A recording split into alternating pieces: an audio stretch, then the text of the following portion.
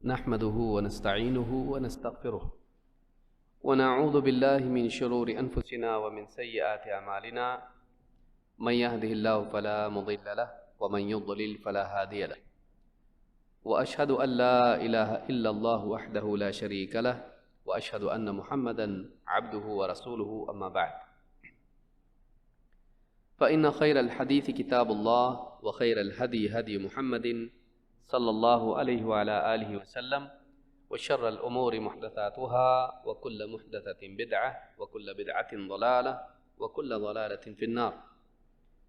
قال الله تبارك وتعالى: كل نفس ذائقة الموت وإنما توفون أجوركم يوم القيامة فمن زحزح عن النار وأدخل الجنة فقد فاز وما الحياة الدنيا إلا متاع الغرور.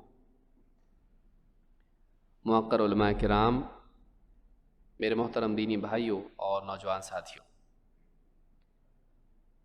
کامیابی وہ نہیں جسے انسان خود کامیابی قرار دے. کامیابی وہ ہے جسے انسان کا پیدا کرنے والا، اس کا خالق، اس کا رب، اس کا مالک، اس کا حساب لینے والا اور جزا دینے والا کامیابی قرار دے. کسی انسان کے نزدیک کامیابی یہ ہے کہ وہ مال و متاع جمع کرے، کسی کے نزدیک کامیابی یہ ہے کہ وہ بڑی دنیا کی ڈگری حاصل کرے، کسی کے لیے کامیابی یہ ہے کہ وہ سیاست میں اونچا مقام اور اقتدار حاصل کرے، کسی کے لیے کامیابی یہ ہے کہ دنیا میں وہ آزادی سے اپنی چاہتیں پوری کرے. انسان اپنے طور پر کسی چیز کو کامیابی قرار دے لے تو یہ کامیابی نہیں ہو جاتی. کامیابی وہ ہے جسے اللہ رب العالمین کامیابی قرار دے. پھر کامیابی وہ نہیں ہے جو محدود وقت کے لیے باقی رہے، اس کے بعد ختم ہو جائے. کامیابی وہ ہے، اور حقیقی کامیابی وہ ہے جو ہمیشہ ہمیشہ باقی رہنے والی ہو. عارضی کامیابی کامیابی نہیں ہوتی ہے. اسی لیے اللہ رب العالمین نے قرآن کریم میں مختلف مقامات پر کامیابی کے بارے میں بتایا کہ واقعی کامیابی کیا ہے، اور اسی کے ساتھ اللہ تعالیٰ نے یہ بھی بتایا کہ کامیاب کون لوگ ہیں اور کامیاب ہونے کے لیے کیا کرنا چاہیے. ہر انسان کامیاب ہونا چاہتا ہے، کوئی ناکامی کو پسند نہیں کرتا ہے، لیکن بڑا مسئلہ یہ نہیں کہ انسان کامیابی کے لیے کوشش کرے یا نہ کرے. بڑا مسئلہ یہ ہے کہ واقعی وہ طے کرے کامیابی ہے کیا. بہت سارے لوگ خوش رہنا چاہتے ہیں، لیکن خوشی کیا ہے ان کو معلوم نہیں ہوتا ہے. کیا کرنے سے واقعی انسان خوش ہوگا. وہ لذت کو خوشی سمجھنے لگتے ہیں. ایک وقت تک لذت باقی رہتی ہے، اس کے بعد جب لذت ختم ہو جاتی ہے تو پھر وہی حالات واپس لوٹ آتے ہیں. خوشی کے لیے لذت کا ہونا ضروری نہیں ہے. تو کامیابی واقعی کیا ہے، یہ قرآن و سنت سے جاننا، یہ کامیابی کی شروعات ہے. اور کامیابی کو کسی اور ذریعے اور ماخذ سے جاننے کی کوشش کرنا، یہ ناکامی کی شروعات ہے. اللہ تعالیٰ خود انسان کو اس سے زیادہ جانتا ہے. الا یعلم من خلق. اللہ تعالیٰ فرماتا ہے کیا وہی نہیں جانے گا جس نے انسان کو پیدا کیا، جس نے انسان کو حاجات اس کی پیدا کی اور ان حاجات کی تکمیل کے لیے صلاحیتیں، وسائل اس کو دی، اور اسی کے ساتھ ساتھ ان حاجات کو پورا کرنے کے لیے دنیا میں سارے ساز و سامان کو اللہ نے پیدا کیا. کیا وہ نہیں جانے گا کہ انسان کے دل میں کیا جذبات اٹھتے ہیں اور انسان کی واقعی بھلائی کس میں ہے؟ اللہ رب العالمین انسان سے بڑھ کر جانتا ہے کہ انسان کا بھلا کس میں ہے. لہٰذا انسان کو اپنی رائے، اپنی چاہت، اپنی سوچ، اپنے فلسفے پر اعتماد کرنے کی بجائے اللہ رب العالمین کی طرف سے آئے ہوئے علم پر اعتماد کرنا چاہیے. لہٰذا ایک انسان اگر اس علم سے فائدہ اٹھائے اور اس علم کی پیروی کرے تو یہاں سے اس کی زندگی کا کامیابی کا سفر شروع ہوتا ہے. قرآن کریم میں اللہ تعالیٰ فرماتا ہے کل نفس ذائقۃ الموت. ہر جاندار کو موت کا مزہ چکھنا ہے. وَإِنَّمَا تُوَفَّوْنَ أُجُورَكُمْ يَوْمَ الْقِيَامَةِ. اور تمہارا پورا بدلہ جو کچھ تم نے دنیا میں کیا، اس کا پورا بدلہ تمہیں قیامت کے دن دیا جائے گا. وَمَنْ زُحْزِحَ عَنِ النَّارِ وَأُدْخِلَ الْجَنَّةَ فَقَدْ فَازَ. تو جو جہنم کی آگ سے بچا لیا گیا اور جنت کے باغات میں داخل کر دیا گیا، یہ وہ شخص ہے جو کامیاب ہے۔ فقد فاز، یہ کامیاب ہو گیا۔ وَمَا الْحَيَاةُ الدُّنْيَا إِلَّا مَتَاعُ الْغُرُورِ، اور دنیا کی زندگی دھوکے کی پونجی سے بڑھ کے کچھ نہیں۔ اس آیت میں اللہ رب العالمین نے یہ بات بتائی ہے کہ اصل کامیابی وہ ہے جو آخرت میں ملے۔ دنیا کی کامیابی کوئی کامیابی نہیں، وہ دھوکہ ہے۔ کیوں؟ اس لیے کہ وہ کامیابی جس کو انسان کامیابی سمجھتا ہے، یہاں کا عہدہ، یہاں کا مال، یہاں کی صحت، یہاں کے سارے زیب و زینت، زیورات سے لے کے ساری چیزیں، آسائش و آرائش کی چیزیں، یا تو یہ انسان سے چھن جاتی ہیں یا انسان ان کو چھوڑ کے نکل جاتا ہے۔ ہمیشہ ان کا انسان کے ساتھ رشتہ باقی نہیں رہتا ہے۔ پیسہ جیب میں ہے، آدمی خوش ہے، چوری ہو سکتا ہے، ختم ہو جائے گا۔ صحت ہے، آج جوانی ہے، کل بڑھاپا آئے گا۔ اقتدار ہے، بڑی انسان کو پوسٹ ملی کہیں پہ، کہیں اچھا اونچا مرتبہ اس کو ملا ہوا ہے، آج ہے کل وہ چھن سکتا ہے۔ انسان کے پاس دنیا میں جو کچھ بھی اس کو ملا ہے، جس پر وہ ناز کرتا ہے، یہ چیزیں انسان سے چھن سکتی ہیں۔ ساری مادی چیزیں، ان کے لیے اللہ رب العالمین کی طرف سے فنا کا فیصلہ ہو چکا ہے۔ کل من علیہا فان، زمین پر جو کچھ بھی ہے سب فنا ہونے والا ہے۔ یہاں کے باغات، یہاں کی کھیتیاں، یہاں کی زیب و زینت، یہاں کی عمارتیں، یہاں کے بڑے بڑے مال، یہاں کی ساری زیورات، پیسہ، سب کچھ یہ فنا ہونے والا ہے۔ حتیٰ کہ انسان کا جسم بھی مٹی میں جانے والا ہے، اور مرنے سے پہلے صحت بڑھاپے میں تبدیل ہونے والی ہے۔ تخریب کاری جاری انسان کے جسم میں ہے، تو ہر چیز کے لیے فنا ہے۔ تو ایسی فانی زندگی میں اور ایسی فانی دنیا کے اندر ایک انسان کامیابی کے راستے تلاش کرے کہ اسی کو کامیابی سمجھنے لگے، اس سے زیادہ نادان آدمی کوئی نہیں ہے، اور اس سے زیادہ دھوکے میں کوئی نہیں ہے۔ اسی لیے اللہ نے فرمایا وَمَا الْحَيَاةُ الدُّنْيَا إِلَّا مَتَاعُ الْغُرُورِ، دنیا کی زندگی دھوکے کی پونجی سے بڑھ کے نہیں ہے کچھ بھی۔ دھوکہ ہے یہ سب کچھ، یا تو یہ چھن جائے گا یا تو اس کو چھوڑ کے چلا جائے گا، دو میں سے ایک ہے۔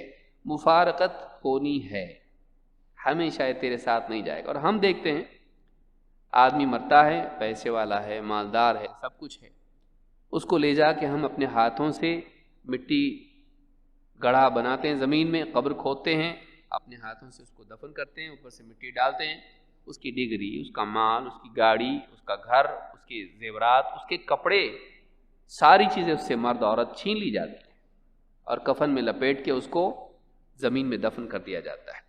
کیا گیا ساتھ میں، اور کیا کامیابی ہے؟ بلکہ بعض اوقات کامیابی دنیا میں زندگی میں بھی چھن جاتی ہے، اس اعتبار سے کہ انسان سے اس کی یادداشت چلی جائے۔ ایک آدمی زندگی میں بہت بڑے بڑے کارنامے کیا اور آخری عمر میں اس کی یادداشت چلی گئی، بتائیے وہ کون ہے اور کیا ہے اس کے پاس؟ انسان کا حصول کا احساس حصول سے بڑھ کے ہوتا ہے۔ ایک آدمی کو اگر بہت کچھ حاصل کیا اس نے، اور بہت عزت کمائی دنیا میں، اور بہت سارے پیسے کمائے اور سب کچھ کما لیا، لیکن جو اس کے کارنامے تھے ان کو بھول گیا، تو بتائیے یہ بھولنے سے وہ آدمی اپنی حیثیت کھو دیا۔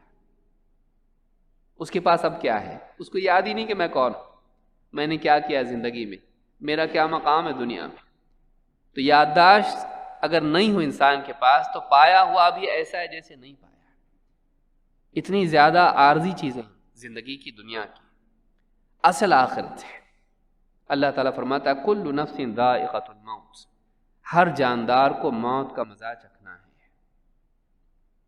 چاہے وہ نبی ہو، ولی ہو، مالدار ہو، غریب ہو، ڈاکٹر ہو، پیشنٹ ہو، چاہے وہ صحت مند ہو، بیمار ہو، مرد ہو، عورت ہو، ہر ایک کو موت کا مزہ چکھنا ہے۔ اس سے فرار کسی کے لیے بھی نہیں۔ اللہ تعالیٰ نے اپنے نبی کے لیے بھی کہا انک میت وانہم میتون، اے نبی آپ کو بھی موت آنی ہے اور یہ بھی مرنے والے ہیں، آپ کے مخالفین، کفار، مشرکین، یہ بھی مرنے والے ہیں اور آپ کو بھی موت آنی ہے۔ موت سے فرار کسی کے لیے نہیں، لیکن موت دنیا سے انقطاع ہے اور آخرت میں داخلہ ہے۔ موت دنیا میں دار العمل سے نکل کر دار الجزا میں جانا ہے۔ موت انسان کی مہلت کے ختم ہونے کی شروعات ہے، کہ انسان کی مہلت جو کچھ دی گئی تھی تو کامیاب ہونا چاہتا ہے، جو کچھ کرتا ہے دنیا میں کر لے، تیرا فیصلہ آخرت میں ہونے والا ہے۔ موت وہ وقت ہے جب انسان کا عمل کا دروازہ بند ہو جاتا ہے۔ آخرت کی کامیابی کے لیے جو کچھ وہ کر سکتا تھا موت سے پہلے اس نے کرنا ہے، ورنہ آخرت میں اگر بغیر تیاری کے چلا گیا، وہاں جا کر آدمی کے سامنے جہنم ہے، وہاں جہنم میں جا کے آدمی چلائے گا اور اللہ سے پھر ایک زندگی مانگے گا، پھر ایک زندگی مانگے گا، ربنا ابصرنا وسمعنا فارجعنا نعمل صالحا انا موقنون۔ جو آدمی آخرت کی کامیابی کو کامیابی نہیں سمجھتا تھا، سب کچھ اس کے لیے دنیا ہی کی چیزیں تھی، یہیں کی زندگی تھی، یہیں کی کامیابی تھی، یہیں کی چیزوں کو حاصل کر لینا اس کے لیے دنیا میں فلاح تھی، ایسا آدمی آخرت میں جانے کے بعد جب آنکھیں کھلیں گی تو کہے گا ربنا ابصرنا، اے ہمارے رب دیکھ لیا ہم نے، اب تک نہیں دیکھا تھا، قیامت کے دن آنکھ کھلے گی، فکشفنا عنک غطاءک، تیری آنکھوں سے اب پردہ ہم نے ہٹا دیا۔ جو دنیا میں آنکھوں پر غفلت کا پردہ پڑا ہوا تھا، موت کے بعد جیسے ہی قیامت آئے گی آدمی کی آنکھوں سے پردہ ہٹ جائے گا، اب اس کو سمجھ میں آئے گا جس کو میں کامیابی سمجھتا تھا وہ کامیابی نہیں تھی، جس کے لیے میں نے اپنی ساری صلاحیتیں اور کوششیں صرف کر دیں وہ سب ضائع ہو گیا، اور جس کے لیے کرنا تھا اب وہ میرے لیے وبال بن کے سامنے آ گیا۔ جس زندگی کے لیے کرنا تھا میں نے اس کے لیے تو کچھ کیا ہی نہیں۔ ربنا ابصرنا، اے ہمارے رب اب ہم نے دیکھ لیا، وسمعنا، ہم نے سن لیا، فرجعنا، اے اللہ ہم کو واپس بھیج دے، دنیا میں ہم کو واپس بھیج دے، نعمل صالحا، تاکہ ہم نیک عمل کر کے آئیں، انا موقنون، اے اللہ ہم کو اب یقین آ گیا، اب ہم کو یقین آ گیا۔ لیکن تب یقین آ کے فائدہ کیا ہے؟ تب اس یقین کا کیا فائدہ جب انسان کے یقین کی مہلت ہی ختم ہو گئی؟ تم کو مرنے سے پہلے یقین آنا چاہیے۔ اگر مرنے تک یقین نہیں تھا اور دیکھ کر یقین آ رہا ہے، ابصرنا وسمعنا، دیکھا سنا، اب کہہ رہے ہیں انا موقنون، اللہ کو یہ ایمان مطلوب نہیں تھا۔ اللہ کو کون سا ایمان مطلوب تھا؟ الذین یؤمنون بالغیب، وہ لوگ جو غیب پر بن دیکھے ایمان لاتے ہیں۔ اللہ کو وہ ایمان مطلوب تھا جو بن دیکھے ہو، من خشی الرحمن بالغیب، جو رحمان سے ڈرتا رہا بن دیکھے، دیکھا نہیں اس نے اللہ کو، اپنے مالک کو، اپنے رب کو، اپنے خالق کو، لیکن بن دیکھے وہ اللہ تعالیٰ سے ڈرتا تھا، رسول کی خبر کی بنا پر۔ ہمارے نبی نے ہم کو بتایا، بس ہم اپنے نبی کی بات مانتے ہیں اور اللہ سے ڈرتے ہیں کیونکہ وہ ہمارا مالک ہے۔ لیکن اگر دنیا کا یہ موقع ضائع کر دیا، آخرت میں جانے کے بعد پھر آدمی کہے گا فرجعنا، اے اللہ واپس بھیج دے، نعمل صالحا، اب ہم نیک عمل کر کے آتے ہیں۔ تب سمجھ میں آئے گا کہ نیک اعمال وہ چیز تھی جس سے انسان کامیاب ہوتا ہے، لیکن وہ کر کے تو نہیں آیا، اس کے سارے اعمال دنیا کے لیے تھے، اس کے اعمال آخرت کے لیے نہیں تھے، اور کامیابی کے لیے ضروری ہے کہ انسان کی کوششیں آخرت کے لیے ہوں، اس کا مقصد آخرت ہو، دنیا نہیں۔ دنیا حاجت ہے، آخرت مقصد ہے، اصل مقصد آخرت کی کامیابی ہے۔ وَمَنْ أَرَادَ الْآخِرَةَ وَسَعَى لَهَا سَعْيَهَا وَهُوَ مُؤْمِنٌ فَأُولَئِكَ كَانَ سَعْيُهُمْ مَشْكُورًا۔ اللہ نے فرمایا کہ اور وہ انسان، وہ شخص جو آخرت کا ارادہ کرے، آخرت کی کامیابی کا ارادہ کرے، وَمَنْ أَرَادَ الْآخِرَةَ وَسَعَى لَهَا سَعْيَهَا، اور کوشش وہ کرے جو آخرت والی کوشش ہے۔ دنیا میں کوشش کر کے، دنیا کی کوشش کر کے آخرت میں کامیاب ہونا چاہتا ہے؟ نہیں۔ ایک آدمی آخرت میں کامیاب ہونا چاہتا ہے، آخرت کی کوشش کرنی پڑے گی۔ یہ تو موٹا موٹا قاعدہ ہے جو آدمی جانتا ہے کہ اگر آدمی پنکھے کا بٹن دباتا ہے اور چاہتا ہے کہ روشنی ہو جائے کمرے میں، نہیں ہوگی۔ آپ پنکھے کا بٹن دبائیں تو پنکھا چالو ہوگا، اور لائٹ کا بٹن دبائیں تو وہ روشنی ہوگی۔ تو آپ کو جو چاہیے اس کا بٹن دبائیں۔ اتنی چھوٹی کوشش میں بھی یہ قاعدہ ہے، اور آدمی سمجھتا ہے کہ وہ دنیا کے لیے اپنی زندگی پوری تباہ کر دے، برباد کر دے، اور آخرت میں جب جائے تو وہاں فرشتے اس کا استقبال کریں۔ ایسا نہیں ہو سکتا ہے۔ جس کی زندگی میں آخرت کی کوئی قدر نہیں تھی، وہ آخرت میں قابل قدر نہیں بن سکتا ہے۔ آخرت میں قابل قدر انسان وہ ہے جس کی زندگی میں مرنے سے پہلے آخرت قابل قدر تھی۔ کہا کہ ومن اراد الآخرہ، جس کا ارادہ ہی آخرت کا تھا، وہ کامیاب ہونا چاہتا تھا واقعی آخرت میں۔ دنیا میں فیل بھی ہو گئے تو چلے گا، کیونکہ یہ عارضی ہے، وقتی ہے، فنا ہونے والی، ختم ہونے والی۔ اور یہاں کا فیل ہونا، یہاں انسان کا فقر و فاقہ، تنگ دستی اور بیماری، مجبوری، اپاہج ہونا یا کچھ بھی ہونا، یہ معنی نہیں رکھتا ہے۔ یہ امتحان ہے، یہ فی نفسی ہی کامیابی نہیں ہے۔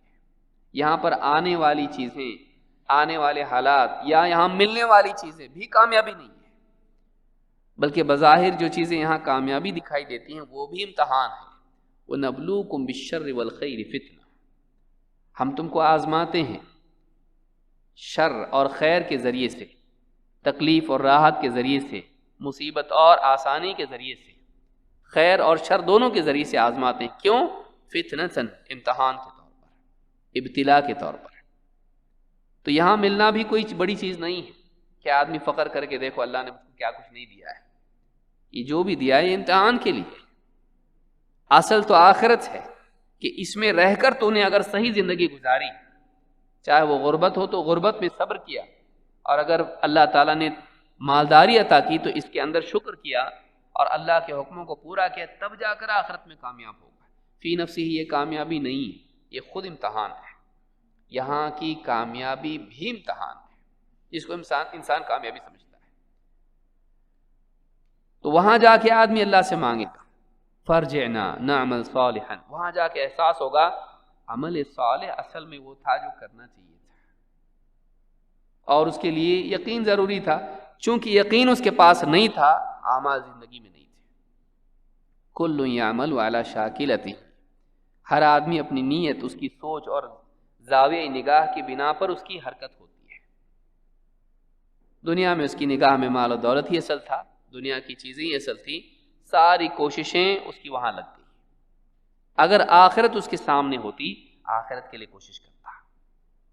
تو چونکہ یقین ہی آخرت کا نہیں تھا، تو جہاں یقین نہیں وہاں عمل کیوں کرے؟ آدمی ایسے بزنس میں پیسے ڈالتا ہے جس میں یقین نہ ہو آنے کا۔ کوئی آدمی کہے بھائی ڈالیے پیسہ، کچھ نہیں، یقین نہیں ہے تب بھی ڈالیے، نہیں ڈالتا ہے، بھائی یہ ٹھیک نہیں دکھتا ہے، امید نہیں ہے۔ تو جس بزنس میں انسان کو نفع نہیں دکھائی دیتا ہے اس میں آدمی پیسہ نہیں ڈالتا ہے۔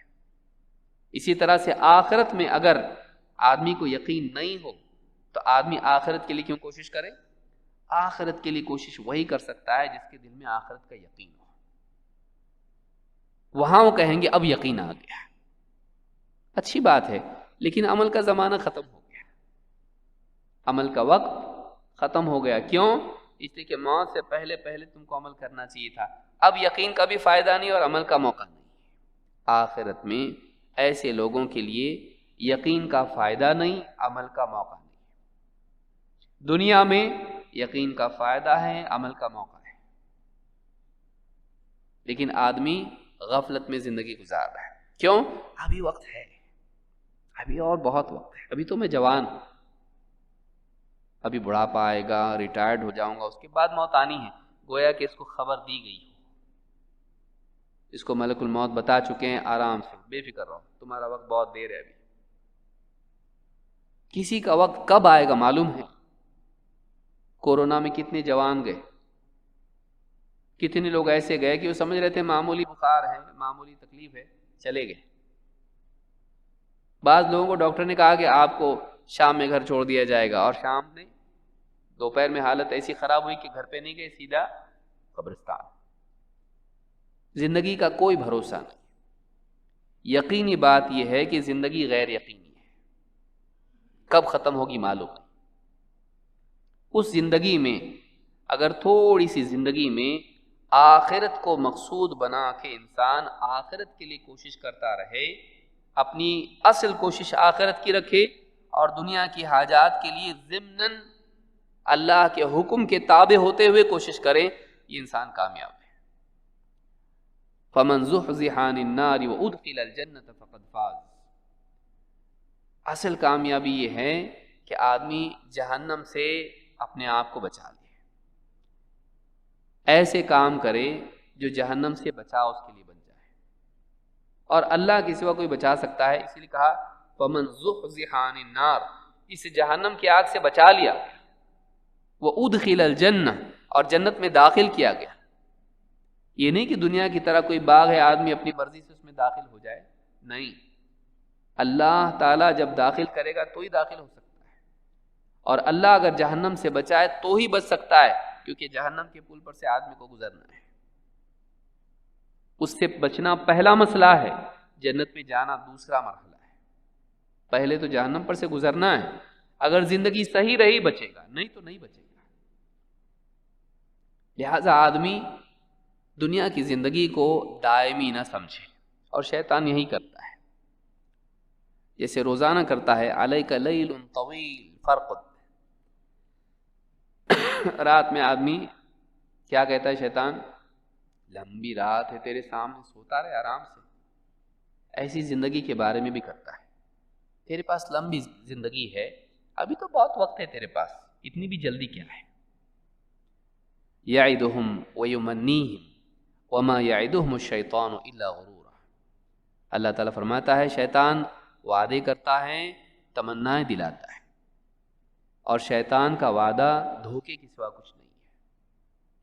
وعدے کرتا ہے، اللہ غفور الرحیم ہے، تمنائیں دلاتا ہے، اللہ تعالیٰ کی رحمت بڑی وسیع ہے، زندگی بڑی باقی ہے، ابھی تو وقت کا ہے، موقع ہے، کرنے کا موقع ہے، وقت زندگی بہت بچی ہے، ریٹائر ہو جاؤں گا، حج کروں گا، عمرہ کروں گا، بیٹی کی شادی ہوگی تب جا کے ساری چیزیں، قرض وغیرہ سارے ادا کروں گا اور ساری ذمہ داریاں پوری ہوں گی، نکاح ہو جائے گا، داڑھی رکھوں گا، جاب لگ جائے گا، 5 وقت کی نماز پڑھنا شروع کر دوں گا۔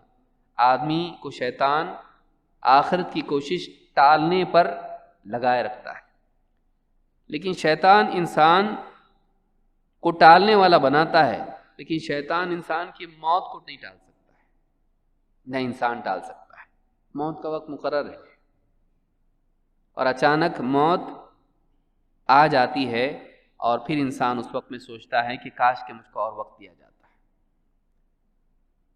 رب ارجعون، آدمی کہنے لگتا ہے کہ اللہ مجھے واپس لوٹا دے، لعلی اعمل صالحا فیما ترکت، تاکہ میں وہ نیک اعمال کروں جو اب تک چھوڑتا آیا، اب وقت ملنے والا نہیں ہے۔ تب جا کر انسان کو احساس ہوتا ہے کہ ساری کامیابیاں اور یہ ساری چیزیں جو کچھ زندگی میں کیا، اس کو چھوڑ کے جانا پڑ رہا ہے۔ آپ سوچئے، آپ نے ایک اچھا سا گھر بنایا، اچھی دکان بنائی، ایک دم سب کچھ سیٹ کیا، لاکھوں کروڑوں اس میں لگایا، اور پھر آپ وہ ایسے ہی چھوڑ کے نکل جائیں کسی اور ملک میں، اپنے ملک لوٹ جائیں۔ کون آدمی کرتا ہے ایسا؟ موت کا یہی معاملہ ہے، اچانک ایگزٹ ہو گیا، اچانک دنیا سے نکلنا ہے، اور تعجب اس پر یہ ہے، عجیب بات یہ ہے اور افسوس کی بات یہ ہے کہ انسان کو معلوم نہیں ہوتا ہے کب جانا ہے، کبھی بھی آ سکتا ہے فرشتہ، اس لیے اس زندگی کے لیے کوشش کرنا اصل ہے۔ اسی لیے اللہ نے کیا فرمایا، وَمَنْ زُحْزِحَ عَنِ النَّارِ وَأُدْخِلَ الْجَنَّةَ فَقَدْ فَازَ، جو جہنم سے بچا لیا گیا اور جنت میں داخل کر دیا گیا، یہ ہے جو کامیاب ہوا۔ معلوم ہے کہ اصل کامیابی جنت کا پانا ہے، دنیا کی جنت کا نہیں، آخرت کی جنت کا۔ اصل کامیابی آخرت کی جنت کا پانا ہے، دنیا کی جنت کا نہیں۔ کیوں؟ دنیا کی جنت کافروں کے لیے ہے۔ اللہ کے نبی صلی اللہ علیہ وسلم فرماتے ہیں، الدنیا سجن المؤمن وجنت الکافر، دنیا مومن کے لیے قید خانہ ہے، کافر کے لیے جنت ہے۔ یہ کافر کے لیے جنت ہے، کیوں؟ شریعت کی کوئی پابندیاں وہ نہیں جانتا، چونکہ وہ دین ہی نہیں مانتا ہے، تو شریعت کی پابندیاں اس کے لیے کہاں ہوں گی؟ کوئی قیودات اس کے لیے نہیں ہے، وہ جیسا چاہتا ہے دنیا میں کھاتا پیتا ہے۔ تو مومن ایسا نہیں ہوتا ہے، مومن دنیا میں قید میں ہوتا ہے، شریعت کی قید، مصیبتوں کی قید، اور اللہ سے ملاقات کے اشتیاق کی وجہ سے بھی قید۔ شریعت کی قیودات اس کے لیے ہیں، یہ حلال، یہ حرام، ایسا کرو، ایسا مت کرو، یہ فرائض ان کو پورا کرنا پڑے گا، قید میں ہے وہ، اس کی اپنی مرضی نہیں چلتی ہے، اللہ کا حکم اس پہ چلتا ہے۔ پھر مصیبتیں بھی ہوتی ہیں، اس میں بھی قید ہوتا ہے، کبھی بیمار ہوا، کبھی فقر و فاقہ آیا، کبھی بچے بیمار، کبھی بیوی کی پریشانی، زندگی میں مسائل اس کے لیے آتے رہتے ہیں، اس میں بندھا ہوا ہوتا ہے۔ پھر دنیا کے اندر بھی رہ کے اس کے دل میں اگر واقعی قوی ایمان والا ہے، اس کا دل اللہ کی طرف لپکتا رہتا ہے کہ اس دنیا سے کب سڑی ہوئی دنیا سے نکل کے اللہ رب العالمین سے اس کی ملاقات، اور خصوصاً موت کے وقت میں یہ احساس اور بھی شدید ہو جاتا ہے کہ روح بالکل چاہتی ہے اللہ تعالیٰ سے اس کی ملاقات ہو، اور اس کا استقبال بھی کیا جاتا ہے۔ یا ایتھا النفس المطمئنہ ارجعی الی ربک راضیۃ مرضیہ فادخلی فی عبادی وادخلی جنتی، اے پاک روح، یا ایتھا النفس المطمئنہ، اطمینان والی روح، چل ارجعی الی ربک، چل اپنے رب کے پاس، راضیۃ مرضیہ، ایسے حال میں کہ تو اللہ سے راضی اور تیرا رب اللہ تجھ سے راضی، فادخلی فی عبادی، میرے نیک بندوں میں شامل ہو جا، خصوصی خاص مقرب بندوں میں شامل ہو جا، وادخلی جنتی، اور میری جنت میں داخل ہو جا۔ ابن قیم رحمۃ اللہ علیہ اس آیت کا ذکر کرتے ہوئے فرماتے ہیں کتاب روح میں، اس آیت سے معلوم ہوتا ہے کہ مومن مرتے ہی جنت میں جاتا ہے، اس کی روح مرنے کے بعد فوراً، کیونکہ یہاں پر فا کے ساتھ آ رہا ہے، فادخلی، یہ موت کے وقت ہوتا ہے، فادخلی فی عبادی وادخلی جنتی، فوراً مرتے ہی اس کی روح جنت میں ہوتی ہے۔ قول علماء کا یہ بھی ہے، اور ابن قیم رحمۃ اللہ علیہ نے اس کو ذکر کیا ہے، اور حدیث بھی اس باب میں آئی ہے۔ تو کتنا وقت ہے، آدمی موت تک اس کو انتظار کرنا ہے۔ قبر میں اس کے لیے جنت کی کھڑکی کھول دی جاتی ہے، وہاں سے جنت کی ہوائیں اور ساری چیزیں وہ دیکھتا ہے، اس کو دکھایا جاتا ہے قبر میں۔ پہلے تو جہنم دکھاتے ہیں، دیکھ، گھبرا جاتا ہے وہ، یہاں جاتا اگر برا ہوتا تو، اب یہ بھی دیکھ، اس کو جنت دکھائی جاتی، اب تو یہاں جائے گا، اگر بری زندگی کے ساتھ آتا یہاں جاتا، لیکن اللہ نے تیرے لیے اس کو مقدر کیا کیونکہ اچھی زندگی جی کر آیا، یہاں مرا، اعلان ہو گیا، کوئی پانی گرم کر رہا ہے، کوئی پتیاں لا رہا ہے بیری کے، کوئی کفن بالکل اس کے لیے بنا رہا ہے، اور تھوڑی دیر میں، کچھ گھنٹوں میں ایک نماز سے دوسری نماز آ گئی، لپیٹ کے زمین میں نماز پڑھ لی جنازے کی، ڈال دیا، اب آخرت کی زندگی شروع ہوئی ہے۔ قبر میں سارا معاملہ جو اس سے مخفی تھا اب اس کے لیے بالکل صاف اور عیاں ہو جائے گا اس کے لیے۔ کتنی دیر ہے، تو کیوں اس زندگی کے لیے آدمی اپنی پوری صلاحیتیں لگائے، اور کیوں نہ اس زندگی کے لیے لگائے جو ابھی انتظار میں اس کے لیے، مرتے ہی وہ سارا معاملہ اس کے ساتھ شروع ہو جائے گا اکرام والا، کیوں نہیں اس کے لیے آدمی کوشش کرے، جو شاہی انتظام اس کے لیے وہ چھوڑ کے آدمی پھٹی پرانی سڑی ہوئی دنیا کے لیے آدمی ساری صلاحیت لگا دے۔ اس سے نادان آدمی کون ہو سکتا ہے؟ عقل مند آدمی وہی ہے جو آخرت کے لیے کوشش کرے۔ حدیث میں اسی لیے کہا گیا اولئک الاکیاس، موت کے بعد زندگی کے لیے عمل کرنے والے کون ہیں؟ ابن ماجہ کی روایت ہے، آپ نے فرمایا اولئک الاکیاس، یہ لوگ ہیں جو واقعی سب سے زیادہ کیس عقل مند لوگ ہیں۔ عقل مند وہ نہیں جو دنیا میں سب کچھ جمع کرے اور چھوڑ کے جائے، عقل مند ہے یہ، بیوقوف آدمی ہے۔ عقل مند وہ ہے جو آخرت میں جمع کرے اور وہاں جا کے سارا سمیٹ لے، عقل مند اس کو کہتے ہیں۔ تو کامیاب کون ہے؟ جو آخرت میں کامیاب ہے، دنیا کی زندگی کامیابی نہیں ہے۔ یہ اور بات ہے کہ آخرت کی کامیابی کے لیے کوشش کرنے والوں کو اللہ تعالیٰ دنیا میں بھی داخلی کامیابی دیتا ہے، اندر کی کامیابی اصل ہے۔ سب کچھ ہو کے سکون نہ ملے تو فائدہ کیا ہے؟ آدمی کے پاس روپے پیسہ سب کچھ ہو، مال و متاع اور دنیا کی ساری چیزیں اس کے پاس ہو، بادشاہت اس کے پاس ہو، اور اس کے دل میں سکون اگر نہ ہو، چین اس کی زندگی میں نہ ہو، اطمینان اس کی زندگی میں نہ ہو، تو یہ کون سی کامیابی ہے؟ کہ غریب آدمی تو سو جائے اور یہ نیند کی گولیاں کھانے کے لیے مجبور ہو جائے، یہ کوئی کامیابی نہیں ہے۔ یہ کامیابی ملتی ہے اللہ تعالیٰ سے اپنے تعلق کو جوڑنے میں۔ الا بذکر اللہ تطمئن القلوب، خبردار اللہ کی یاد سے دلوں کو اطمینان نصیب ہوتا ہے۔ اللہ کی یاد کے بغیر، اللہ سے اپنے تعلق کو جوڑے بغیر، آخرت کو اپنے لیے اصل مقصد بنائے بغیر انسان نہ دنیا میں کامیاب ہو سکتا ہے نہ آخرت میں۔ تو یہ بنیاد، ہمیشہ بنیادی نقطہ یاد رکھنا چاہیے۔ کامیاب کون ہے؟ کامیاب وہ ہے جو واقعی اللہ کے نزدیک کامیاب ہو۔ کامیابی واقعی کون سی ہے؟ کامیابی واقعی وہ ہے جو آخرت والی کامیابی ہو، دنیا کی کامیابی کی کوئی حیثیت نہیں ہے۔ یہاں آج بادشاہ ہیں، کل وہ آدمی پھانسی دیا جاتا ہے۔ آج بادشاہ ہیں، کل اس کی کوئی حیثیت نہیں ہو جاتی، سارے بینک اکاؤنٹ سیز ہو جاتے، ساری ملکیت اس کی چھین لی جاتی۔ کتنوں کو دیکھا گیا دنیا میں۔ اور یہ نہ بھی ہو تو فرشتہ اس کو لے جاتا ہے، موت کا فرشتہ، وہ اپنے اس پر غالب نہیں آ سکتا۔ تو یہ کامیابی اصل ہے۔ آئیے دیکھتے ہیں آخرت کی، اب یہ تو وہ کامیابی کیا ہے، واقعی کامیابی کیا، اس کے لیے کرنا کیا چاہیے۔ اس کے لیے بہت کچھ چیزیں ہیں، لیکن کچھ بنیادی باتیں ہیں جس کا اہتمام اگر ہماری زندگی میں ہو تو ہم کامیاب ہو سکتے ہیں، اور جن کو قرآن کریم میں اللہ تعالیٰ، حدیث جوڑیں تو بہت زیادہ ہو جائے گا، لیکن مختصر سے وقت میں ہم دیکھیں گے کہ قرآن کریم میں اللہ تعالیٰ نے کن لوگوں کو کن اعمال پر کامیابی کی ضمانت لی ہے، کن لوگوں کے لیے کامیابی کی ضمانت لی اور کن کو کامیاب قرار دیا ہے۔ سب سے پہلی چیز کیا ہے؟ سب سے پہلی چیز یہ ہے کہ انسان کفر و شرک اور نفاق اور بگاڑ والی زندگی کو چھوڑ کر توبہ کر کے آئیں اور ایمان لائیں اور نیک اعمال کا اہتمام کریں۔ ایسا آدمی کامیاب ہے، اس کو اللہ نے کامیاب قرار دیا ہے۔ کہاں پر؟ سورہ القصص میں آیت نمبر 67 میں اللہ تعالیٰ فرماتا ہے فَأَمَّا مَن تَابَ وَآمَنَ وَعَمِلَ صَالِحًا فَعَسَىٰ أَن يَكُونَ مِنَ الْمُفْلِحِينَ،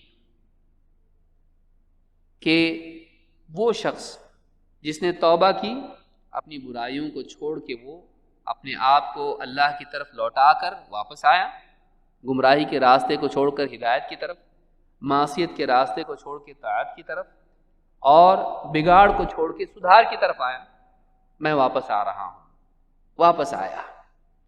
فَأَمَّا، پہلے توبہ اس کی زندگی میں ہونا چاہیے، واپس آئے، اپنے غلط راستے کو چھوڑ کے پھر سے واپس سیدھے راستے کی طرف آئے۔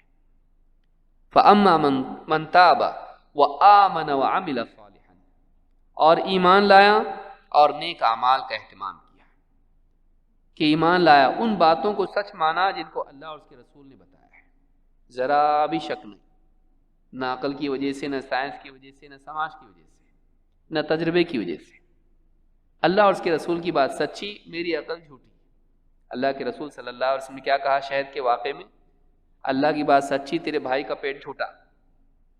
تو مشاہدہ ہے، لیکن مشاہدہ بھی نہیں، مشاہدے سے بڑھ کے اللہ اور اس کے رسول کی بات ہے۔ تو سب سے پہلے توبہ، رجوع، بگاڑ والی زندگی سے واپس آنا، اس کے بعد ایمان، اس کے ساتھ عمل صالح۔ عمل صالح کون سا؟ جو اللہ کے لیے ہو، رسول کے طریقے پر ہو، جس میں اخلاص نیت ہو اور اتباع سنت ہو۔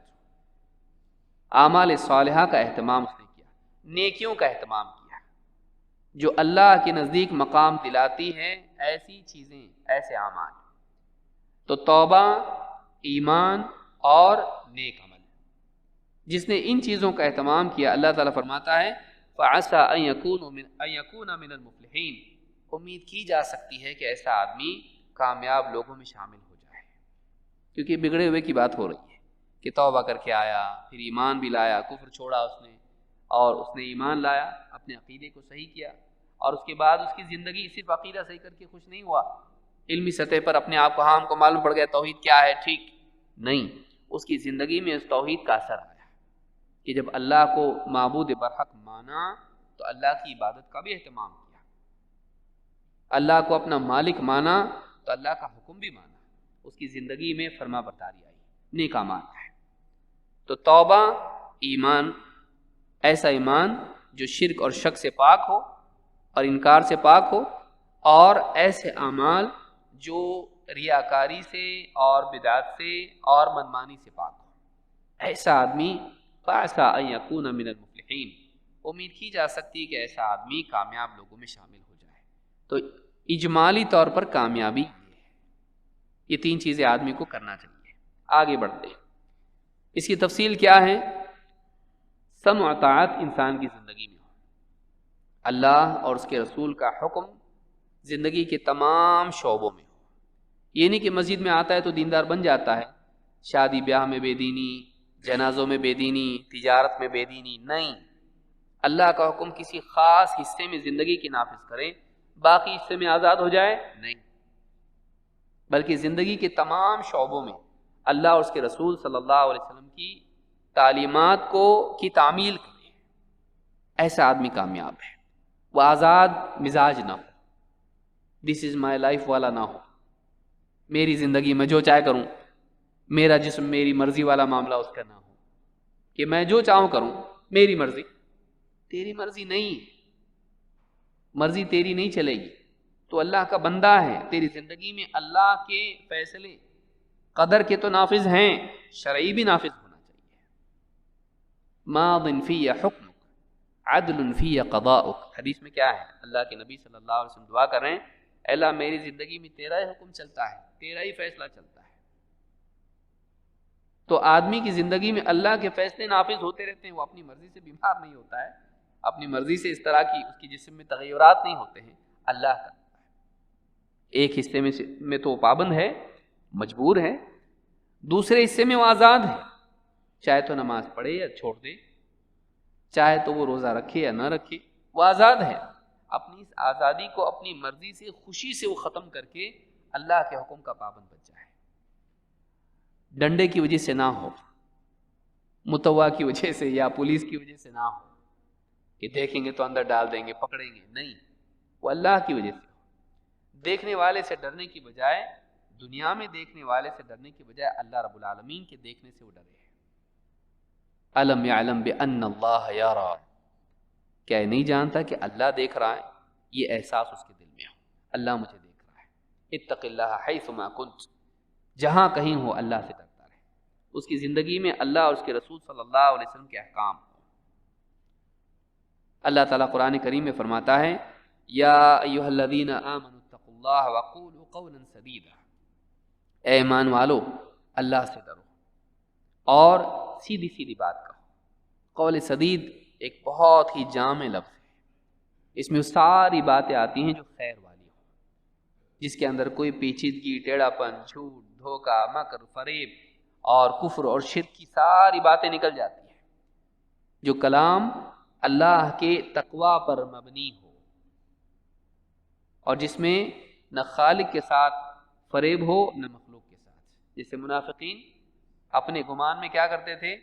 یخادعون اللہ والذین آمنوا، دھوکہ دینے کی کوشش کرتے تھے.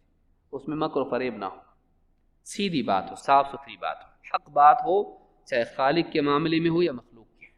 یا ایھا الذین آمنوا اتقوا اللہ وقولوا قولا سدیدا. کیا ہوگا دنیا میں؟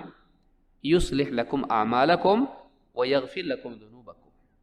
اللہ تعالیٰ جب تم زبان کو صحیح رکھو گے اللہ سے ڈر کے، تو اللہ تعالیٰ تمہارے اعمال کی بھی اصلاح کرے گا. دل تقوی سے منور ہوگا تو زبان صداقت سے منور ہوگی، مزین ہوگی. اور جب زبان صداقت اور قول سدید کی پابند ہو جائے گی تو اس کے اعمال میں بھی صلاح پیدا ہو جائے گا، اس کے اعمال میں بھی سدھار آئے گا. تو دل سے زبان، زبان سے زندگی صحیح ہوتی ہے. اور وَيَغْفِرْ لَكُمْ ذُنُوبَكُمْ، اور تھوڑی موڑی جو بھی کوتاہیاں انسان سے ہو جاتی ہیں یا ماضی کی کوئی کوتاہیاں ہوں، سدھار کا راستہ اپنانے کے بعد اللہ تعالیٰ فرماتا ہے وَيَغْفِرْ لَكُمْ ذُنُوبَكُمْ، اللہ تمہاری کوتاہیوں کو، تمہاری غلطیوں کو بھی معاف کر دے گا. وَمَن يُطِعِ اللَّهَ وَرَسُولَهُ فَقَدْ فَازَ فَوْزًا عَظِيمًا. اور آخر میں اللہ تعالیٰ نے کہا پوری بات کو کہ بھائی قول سدید کیا ہے، تقوی کیا ہے اور مغفرت کیا ہے، یہ ساری چیزیں معلوم کہاں سے پڑیں گی؟ اللہ اور اس کے رسول کی طرف سے. تو اس طرف پھیر دیا کہ ساری چیز کے لیے تم کو کہاں سے وضاحت لینی پڑے گی؟ وَمَن يُطِعِ اللَّهَ وَرَسُولَهُ فَقَدْ فَازَ فَوْزًا عَظِيمًا. اور جو اللہ اور اس کے رسول کی فرما برداری کا راستہ اختیار کرے، یہ وہ شخص ہے جو عظیم الشان کامیابی پا گیا. چھوٹی موٹی کامیابی نہیں جو 4 دنوں میں ختم ہو جائے. فاز فوزا عظیم، عظیم الشان کامیابی اس کو نصیب ہوئی. کون شخص؟ ومن یطع اللہ ورسولہ، کہ جس نے نفس کے خلاف، سماج کے خلاف، شیطان کے خلاف، اپنی عقل اور تجربے اور خواہشات کے خلاف اس نے اللہ اور اس کے رسول کے حکم کا پابند اپنے آپ کو بنا دیا. ایسا آدمی آخرت میں تو کامیاب ہوگا ہی، یہ خود اپنی ذات میں ایک کامیابی ہے. فقد فاز فوزا عظیما، تو فقد فاز فوزا عظیما کہا اللہ نے، یہ بالکل بالتحقیق یہ چیز حاصل ہو گئی اس کو. تو اس آیت سے بات معلوم ہوتی ہے کہ اگر ہم کامیاب ہونا چاہتے ہیں تو اپنی عقل، اپنا تجربہ، سماج، باپ دادا اور فلاں پیر صاحب اور امام صاحب اور یہ اور وہ، ان ساری چیزوں کے مقابلے میں ہم کو تابع ہونا پڑے گا اللہ اور اس کے رسول صلی اللہ علیہ وسلم کی تعلیمات کا، اللہ اور اس کے رسول کے حکم کا. یہ بنیادی نقطہ ہے. اس سورۃ الاحزاب میں آیت نمبر 70 اور 71 میں آپ دیکھ سکتے ہیں. اس کی تفسیر بعد میں آپ تفصیل سے دیکھ سکتے ہیں. اسی طرح سے اللہ تعالیٰ نے کامیابی کے بارے میں یہ بھی بتایا کہ زندگی میں جب بھی مواقع آئیں فیصلے کے، اور کیا کروں کیا نہیں کروں، کیا صحیح ہے کیا غلط، اس میں اللہ اور اس کے رسول کی طرف رجوع کریں. اللہ تعالیٰ فرماتا ہے انما كان قول المؤمنین اذا دعوا الى اللہ ورسولہ لیحکم بینہم ان یقولوا سمعنا واطعنا واولئک هم المفلحون. ایمان والوں کی بات جب انہیں اللہ اور اس کے رسول کے پاس، اللہ اور اس کے رسول کی طرف فیصلے کے لیے بلایا جاتا ہے، ان کی بات بس یہی ہوتی ہے کہ ہم نے سنا اور ہم نے مانا. وہ بات کو سنتے ہیں، کان بند نہیں کر لیتے نوح علیہ السلام کی قوم کی طرح. بات سنتے ہیں، حق بات سننے کے لیے دینی مجالس میں آتے ہیں، قرآن و سنت کی جہاں بات ہوتی ہے. اور جب اللہ اور اس کے رسول کا نام لے کر کوئی بات بتائی جاتی ہے تو تعظیم کے ساتھ اس کو سنتے ہیں، لیکن سن کے ایک کان سے دوسرے کان سے نکال نہیں دیتے، بلکہ سننے کے بعد ان کی زندگی میں اس کی تعمیل آتی ہے، اس کو دل سے قبول کرتے ہیں اور عملاً اس کی تطبیق بھی کرتے ہیں. تو اللہ تعالیٰ فرماتا ہے کہ ایمان والے جب انہیں اللہ اور اس کے رسول کی طرف بلایا جائے فیصلے کے لیے کسی بھی مسئلے میں، چاہے وہ جائیداد کا مسئلہ ہو یا عقیدے کا ہو یا عبادات کا ہو، جب انہیں دعوت دی جاتی ہے اللہ اور اس کے رسول کی طرف آنے کی، تو ان کی بات بس یہی ہوتی ہے کہ ہم نے سنا اور ہم نے مانا. یعنی سننے اور ماننے کی آمادگی ان میں ہوتی ہے. ان کا مزاج کیا ہوتا ہے ایمان والوں کا؟ سننے کا، حق بات کے سننے کا، اپنی منوانے کا نہیں، دوسرے کو بولنے کا موقع نہ دے اپنی ہی بولے، نہیں، حق بات کے سننے کا اور حق بات کے ماننے کا مزاج ان میں ہوتا ہے. یہ مزاج جس کے اندر ہے، اللہ نے فرمایا وَأُولَئِكَ هُمُ الْمُفْلِحُونَ، یہی لوگ ہیں جو کامیاب ہونے والے ہیں، یہی لوگ ہیں جو کامیاب ہونے والے ہیں. تو کامیابی کے لیے بہت ضروری ہے. اسی طرح سے ایک اور چیز ہے جو کامیابی کے لیے ضروری ہے، وہ کیا؟ کہ قرآن و سنت کی عملی تطبیق کے لیے، یا قرآن و سنت کے یعنی عقائد کی تفہیم کے لیے، اور اسی طرح سے ان کی عملی تطبیق کے لیے آدمی سلف کی طرف رجوع کرے. سلف سے مراد کون؟ صحابہ، اور ان کے بعد پھر وہ لوگ جو ان کی نقش قدم پر چلے. وہ دین کے سمجھنے کے لیے آزاد نہ ہوں کہ قرآن کی کوئی بھی تعبیر صرف ڈکشنری میں دیکھ کے کرنے لگے کہ بھئی قرآن میں کیا کہا، واقیموا الصلاۃ، نماز قائم کرو. اب لغت میں دیکھا صلاح کا معنی کیا ہے، ان صلاتک سکن لہم، تو صلاۃ سے مراد دعا ہے، تو اب لے لیا دعا. تو اقیم الصلاۃ کا مطلب کیا ہے؟ جہاں کہیں رہو اللہ سے دعا کرتے رہو. منکرین حدیث ایسا کرتے ہیں، اپنی عقل سے محض لغت کو اپنے لیے رہنما بنا لیا. نہیں، بلکہ قرآن کی تعلیمات کے لیے رسول صلی اللہ علیہ وسلم کی تفہیمات کی طرف رجوع کرنا ضروری ہے. اور قرآن و سنت میں جو باتیں آئی ہیں ان کی عملی تطبیق کے لیے اس سماج کو دیکھنا ضروری ہے جو اللہ کے نبی صلی اللہ علیہ وسلم نے اپنی نگرانی میں قائم کیا، جس پر آپ راضی رہے، جن کے بارے میں آپ نے کہا خیر الناس قرنی، لوگوں میں سب سے بہترین لوگ وہ ہیں جو میرے دور کے ہیں. تو وہ لوگ جن کو دیکھا آپ نے اپنی آنکھوں سے دین پر عمل کرتے ہوئے، اور آپ نے ان سے رضامندی کا اظہار کیا، تو وہ لوگ ان کے فہم کو اپنے لیے بنیاد بنانا، جن کے فہم کو، جن کے ایمان کو اللہ نے بنیاد بنایا. فَإِنْ آمَنُوا بِمِثْلِ مَا آمَنْتُمْ بِهِ فَقَدِ اهْتَدَوْا، اگر یہ اہل کتاب ویسے ایمان لائیں جیسے تم صحابہ، جیسے تم ایمان لائے ہو تو یہ ہدایت پر ہے۔ تو اگر آدمی عقیدے کے یا دین کے معاملے میں سلف کی طرف رجوع نہیں کرتا ہے، بہت ممکن ہے وہ عجائبات نکالنے والا بن جائے گا۔ جیسے بعض علماء نے کہا الجہل یخلق الاعاجیب، شیخ عبید الجابری کہا کرتے تھے الجہل یخلق الاعاجیب، جہالت عجائبات کو جنم دیتی ہے۔ ایسی باتیں آدمی کرے گا کہ انسان کی عقل کام کہاں سے آئی بھائی تیرے عقل میں یہ بات، یہ نیا فتویٰ کہاں سے لایا تو، جو 1400 سال میں کسی نے نہیں کہا تو کہاں سے نکال کے لایا؟ آدمی ایسے ایسے نئے فتوے دے گا اگر سلف کی طرف رجوع نہیں کرے گا۔ اور آپ دیکھیں کہ خوارج کے پاس جب عبداللہ ابن عباس رضی اللہ تعالیٰ عنہ گئے تو کہا کہ تمہارے پاس کوئی ایسا بھی ہے جو نبی صلی اللہ علیہ وسلم کی صحبت میں رہا ہو، جس کے سامنے قرآن نازل ہوا؟ ایک بھی وہاں نہیں تھا۔ ان کی مصیبت، ان کی یعنی شقاوت یہی تھی کہ ان کے پاس سلف میں سے، صحابہ میں سے کوئی بھی نہیں تھا، لہٰذا ان کے پاس وہ فہم نہیں تھا جو صحابہ کا فہم ہو۔ تو ہمارے لیے بھی ضروری ہے، تاریخ کا سب سے بدترین اور سب سے پہلا فرقہ، اس کی گمراہی کی بنیادی وجہ یہ تھی کہ انہوں نے دین کو ویسے نہیں سمجھا جیسے نبی صلی اللہ علیہ وسلم نے صحابہ کو سمجھایا تھا۔ آج ہمارے لیے بھی ضروری ہے کہ ہم دین کو سلف کے طریقے پر سمجھیں، اور یہ بس یہ اجتہادی بات نہیں ہے کہ علماء نے اس کو کہا، قرآن میں اللہ تعالیٰ نے فرمایا اس کو۔ اللہ نے فرمایا والسابقون الاولون من المہاجرین والانصار، وہ پہل سبقت لے جانے والے مہاجر اور انصار، من یہاں پر جنس کے لیے بھی ہو سکتا ہے، والذین اتبعوہم باحسان، اور وہ لوگ جنہوں نے بہترین طور پر ان کی پیروی کی، اخلاص کے ساتھ کمال درجے میں ان کی اتباع کی، والذین اتبعوہم باحسان رضی اللہ عنہم ورضوا عنہ، اللہ تعالیٰ ان سے راضی ہو گیا اور وہ اللہ سے راضی، اللہ کی رضا ان کے لیے ہے، اور اللہ تعالیٰ اتنا عطا کرے گا آخرت میں ان کو کہ وہ راضی ہو جائیں گے، اور وہ دنیا میں بھی راضی ہیں، اللہ کے قدر والے فیصلوں پر بھی راضی، صبر کرتے ہیں، اور اللہ کی شریعت کے فیصلوں پر بھی راضی، کوئی اس میں منازعات نہیں ہے۔ رضی اللہ عنہم ورضوا عنہ، اللہ ان سے راضی ہو گیا، وہ اللہ سے راضی۔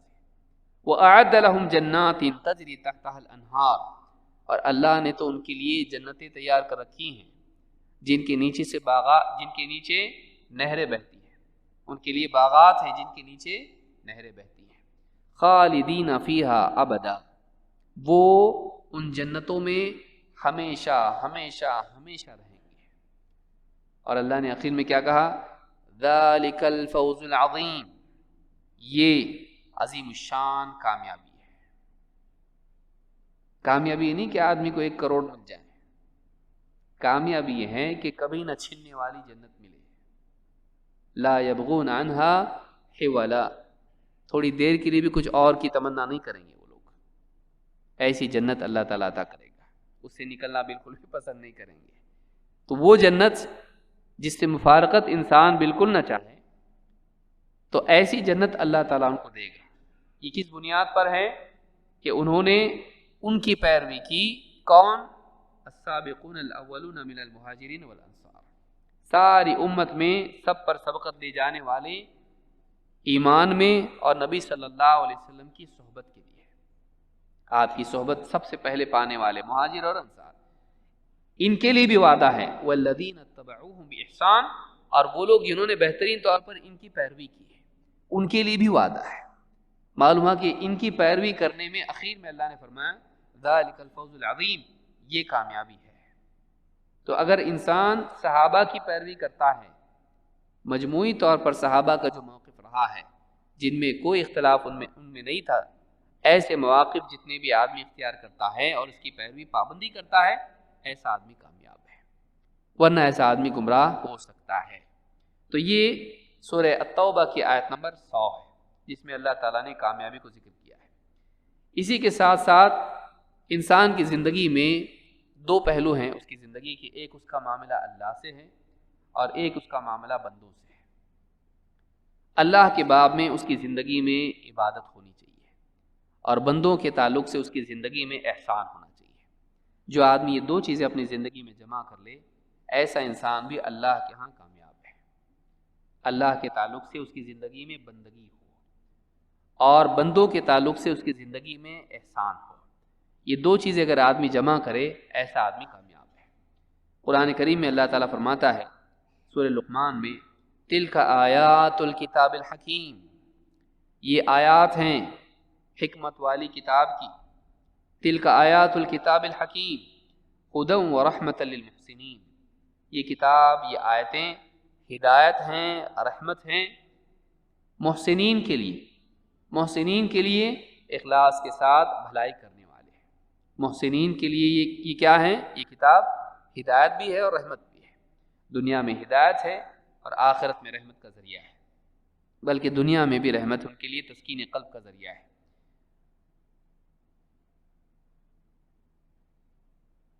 الذین یقیمون الصلاۃ ویؤتون الزکاۃ وہم بالآخرۃ ہم یوقنون، اور کہا کہ یہ وہ لوگ ہیں، محسنین کون ہیں؟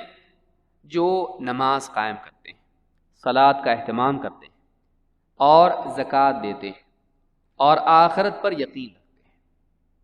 ان کی زندگی میں اللہ کے تعلق سے نماز ہے کہ وہ عبادت کرتے ہیں، اللہ کے آگے اپنے آپ کو جھکاتے ہیں اور بندگی کا ثبوت دیتے ہیں۔ عبادات میں، ساری عبادتوں میں سب سے عظیم الشان عبادت جو انسان کی بندگی کی نمائندہ ہے، وہ کیا ہے؟ نماز۔ اسی لیے سب سے پہلے نماز کی پوچھ ہوگی۔ وہ صحیح نکلی زندگی صحیح، وہ بگڑی ہوئی نکلی زندگی بگڑی ہوئی۔ پوری زندگی میں بندگی کی نمائندہ نماز ہے۔ اور دوسری چیز زکوٰۃ۔ زکوٰۃ کیا ہے؟ اپنے مال میں سے جو محنت کا کمایا ہوا حلال، اپنی محنت کا کمایا ہوا مال ہے، اس میں سے محتاج فقراء پر آدمی خرچ کرے، ان پر احسان کرے اور ان کے لینے کو اپنے اوپر احسان مانے، اس مزاج کے ساتھ۔ تو ایسا آدمی، یہ دونوں چیزیں اس کی زندگی میں جمع ہو جائے، اللہ کی بندگی اور مخلوق پر احسان۔ یہ احسان ہی تو ہے کہ وہ اپنے مال میں سے لوگوں کی ضروریات میں خرچ کرے اللہ کے لیے۔ انما نطعمکم لوجہ اللہ لا نرید منکم جزاء ولا شکورا، ہم یہ اللہ کی خاطر تمہیں کھلا رہے ہیں۔ لا نرید منکم جزاء، اس کے بدلے ہم تم سے کوئی بدلہ نہیں چاہتے، اس کے بدلے ہم کچھ تم ہم کو کچھ اس کے بدلے گفٹ کرو نہیں چاہتے۔ ولا شکورا، اور شکریہ کے کلمات بھی نہیں چاہتے، ہم کو تھینک یو بھی نہیں چاہیے، شکرن بھی نہیں چاہیے اس کے بدلے میں۔ لا نرید منکم جزاء ولا شکورا۔ تو یہ جو لوگ ہیں کہ جو بندوں پر احسان کرتے ہیں اور اللہ رب العالمین کی عبادت کا اہتمام کرتے ہیں، ایسے لوگ ہیں، ان کے بارے میں اللہ، اور یہ آخرت کے یقین کی بنا پر ہو، آخرت پر یقین کی بنا پر ہو، ایسے لوگوں کے بارے میں اللہ نے فرمایا اولئک علی ھدی من ربہم واولئک ھم المفلحون، یہی لوگ ہیں جو اپنے رب کی طرف سے بھیجی ہوئی رہنمائی پر قائم و دائم ہیں، واولئک ھم المفلحون، اور یہی لوگ ہیں جو اللہ کے ہاں کامیاب ہیں۔ تو کامیابی کے لیے ضروری ہے کہ انسان اللہ کی عبادت کا اہتمام کرے اور مخلوق کے ساتھ بھی رحم کا معاملہ کرے، ان کے ساتھ بھی احسان کا معاملہ کرے۔ میں سمجھتا ہوں وقت ختم ہو گیا ہے۔ اللہ رب العالمین سے دعا ہے کہ جتنی باتیں کہیں گئی، اللہ تعالیٰ مجھے اور ہم سب کو عمل کی توفیق عطا فرمائے، اور اخلاص نیت اور اتباع سنت کے ساتھ اللہ تعالیٰ کے حکموں کو پورا کرنے والا بنائے۔ اقول ھذا واستغفر اللہ لی ولکم۔